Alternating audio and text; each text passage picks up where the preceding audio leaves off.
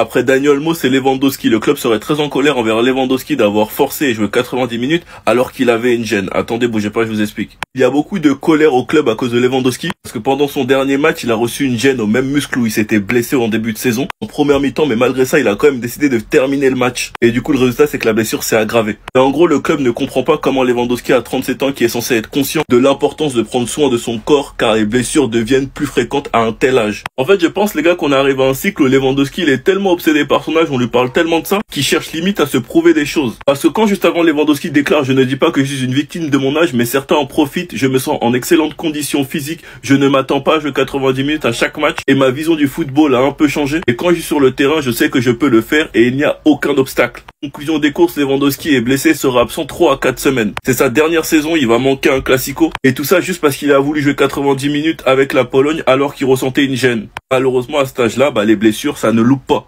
Dani Olmo, c'est la même chose, il avait une gêne, mais il est quand même parti en trêve. Résultat des courses, sa blessure s'est empirée. Je ne sais pas ce que ces joueurs ils ont à cause du mondial, je pense qu'ils sont en train de perdre la tête, et ils sont tous en train de se blesser bêtement. Au lieu de se reposer, ils veulent jouer. Après bon les gars, on va pas se mentir, vaut mieux maintenant que plus tard, vaut mieux maintenant qu'au sprint final. Quand tu sais que c'est la dernière saison de Robert Lewandowski et qu'on doit profiter de lui, franchement les gars, ça fait chier. Enfin bref, sinon vous les gars, vous en pensez quoi? Ramenez-vous sur Snap, on s'ennuie. La dernière fois que Robert Lewandowski est allé au Bernabeu, ça a donné ça. Et de savoir qu'il sera pas là la semaine prochaine, les gars, je vous jure que ça m'attriste de malade, parce qu'à chaque fois, il leur casse les bonbons. Non, franchement, l'ancien Robert, t'as déconné à mort. Au début du match contre Lituanie, Lewandowski a ressenti une gêne au niveau de sa jambe. Cependant, il a continué à jouer après avoir appliqué un bandage et s'est retrouvé blessé. En 4 cas, Lewandowski ont attrapé. Et franchement, moi, ça m'attriste. Parce que les gars, c'est sa dernière saison au FC Barcelone. Donc ça allait être son dernier déplacement à Madrid au Bernabeu. Et ben il va le manquer parce qu'il a voulu jouer 90 minutes avec la Pologne. Lewandowski, tu n'as rien à prouver. Tu n'as rien à prouver. Il veut montrer au monde que malgré son âge, il peut jouer 90 minutes. Et là, maintenant, on se retrouve dans une situation complexe où il est blessé 3 à 6 semaines, que Flick, à un moment, va nous tester ce poulet, moi, je vous le dis.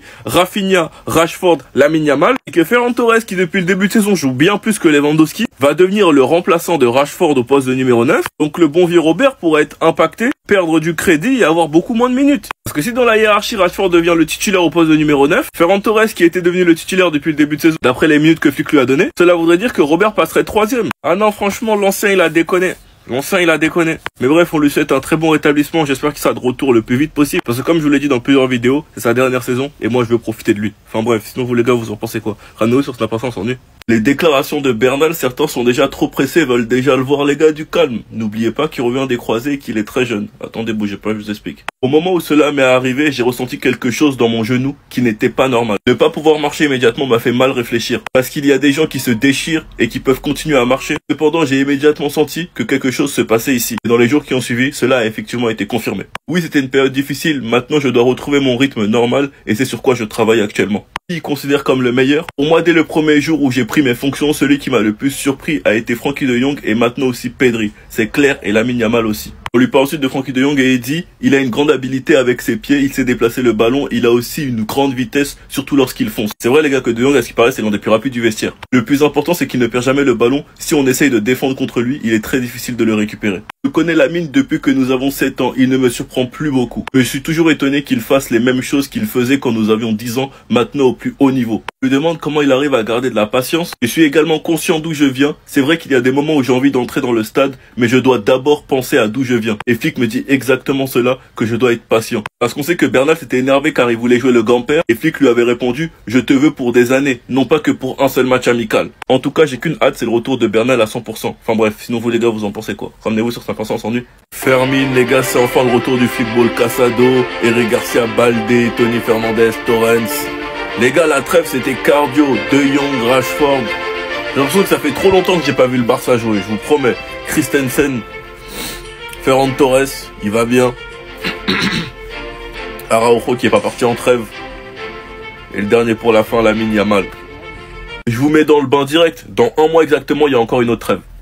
Non, désolé, je vous mets dans le bain direct. Dans un mois, il y a encore une autre trêve. C'est quoi ces trêves? C'est le diable ou quoi? On en aura chaque mois? En plus, j'ai l'impression qu'elles sont trop longues et interminables. Enfin bref, pour commencer, il y a une aide d'honneur pour Frenkie de Jong. Suite à son nouveau contrat, il a prolongé jusqu'en 2029. J'espère que maintenant, il sera pleinement concentré et qu'il va nous montrer la meilleure version de lui-même. De toute façon, lui-même, il arrive avec des ambitions. Son rêve de gagner la Ligue des Champions avec le Barça. Ferran Torres a fait une partie de l'entraînement avec le groupe et Pedri a suivi un entraînement de récupération, mais il est en forme pour Gérone. Malheureusement, Rafinha n'a toujours pas repris l'entraînement avec le groupe. contrairement à Fermin et Lamine Yamal. Voici du coup notre calendrier: Gérone, Olympiakos, Classico, Elche, Bruges et ensuite Celta Vigo. Nous avons une chance de regagner la première place en Liga et pour ça c'est simple, il faut battre le Real au Classico. Et au moins les gars, on espère une chose, c'est que Rafinha soit de retour la semaine prochaine. Franchement les gars, l'ancien il a déconné, il a vraiment forcé. Et c'est dommage parce qu'il va rater un de ses derniers Classicos. Sinon vous les gars, vous en pensez quoi? Ramenez-vous sur cet impatient, on s'ennuie.